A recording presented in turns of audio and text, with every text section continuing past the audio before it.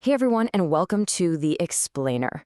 Today we're tackling a question about charities that honestly sounds completely backwards, but it's one of the most fascinating debates happening in the nonprofit world. You heard me right. We spend all our time worrying about whether a charity has enough money to do its good work, but what if for some of them, the real problem is that they have way too much cash just sitting around? It sounds crazy, I know, but let's dig in. And get this isn't just some thought experiment. A major charity watchdog, the American Institute of Philanthropy, actually slapped a nonprofit with a failing grade, not for some scandal, but for being too financially stable. Their exact words were that the charity had overly sufficient funds. I mean, wow, that one example just turns everything we think we know about a good charity on its head. And that right there, that's what we're calling the charity savings paradox. It's this constant tug of war. We want the groups we support to be secure and ready for anything, right? But at the same time, there's this deep-seated feeling that donations are meant to be used now to fix problems, not just stashed away for a rainy day. So, how do we even begin to untangle this?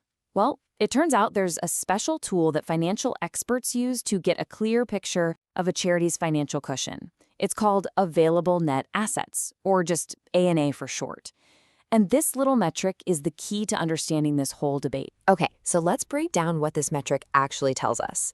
It might sound a bit technical, but I promise the concept is really simple, and it gives us this incredible snapshot of a nonprofit's real financial health. Put simply, the A&A number tells you this. If every single source of income, every donation, every grant, all of it just vanished tomorrow, how many years could that organization stay open and pay its bills?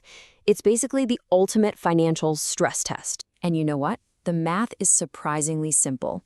First, you take everything the organization owns, its total net assets. Then you subtract out any money that's legally locked away and can't be touched. Think of a permanent endowment. What's left is their available cash. Then you just divide that number by their total yearly expenses. And boom, that's their A&A in years. See? Pretty straightforward. All right, so we've got our tool. We know how to calculate A&A. But now comes the really tough part, and this is where things get heated. What is a good number? Is there some magic number for being financially healthy? Well, this is where you find two totally different camps. On one side, you've got the watchdogs. They'll often argue that anything more than 3 years' worth of expenses saved up is just excessive. They see it as hoarding donor money that should be out in the world doing good right now. But then, on the other side, you've got the risk managers.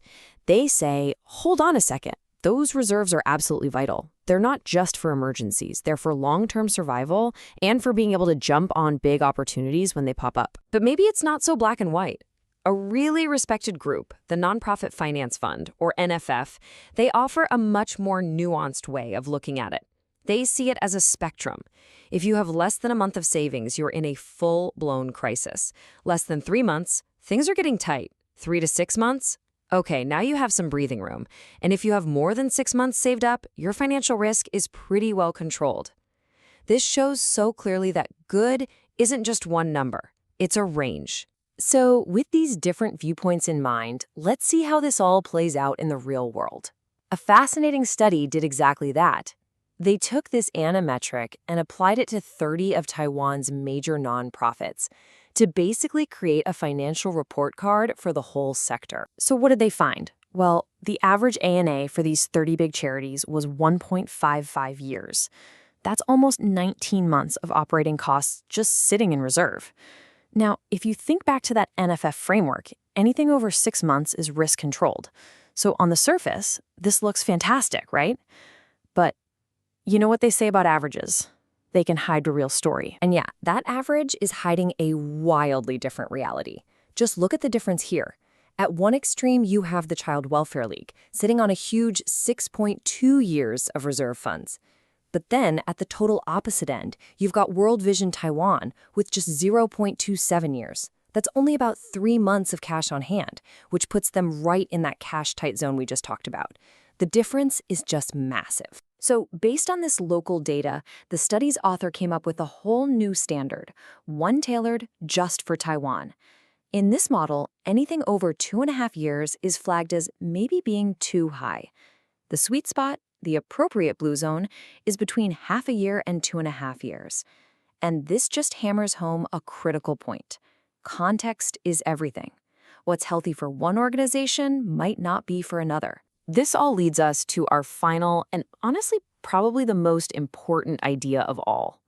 While a financial tool like ANA is incredibly useful, it just doesn't tell the whole story. Real, true sustainability for a nonprofit is about so much more than just the money in the bank. True long-term health, what experts call durability, is really built on 4 pillars. Yes, financial resources are the fuel that makes the engine run, but without strong relationships and trust in the community, that fuel is useless. Without talented, passionate people to actually do the work, the mission just grinds to a halt.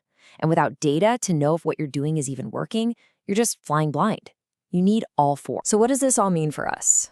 The next time you're thinking about supporting a cause you care about, maybe we can ask a better question. Instead of just asking, how much money have you saved up?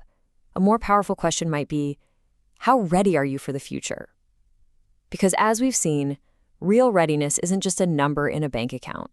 It's that mix of a smart financial plan, strong relationships, great people, and a clear-eyed view of what works. And that is a much better measure of a charity's real value. Thanks for tuning in to The Explainer.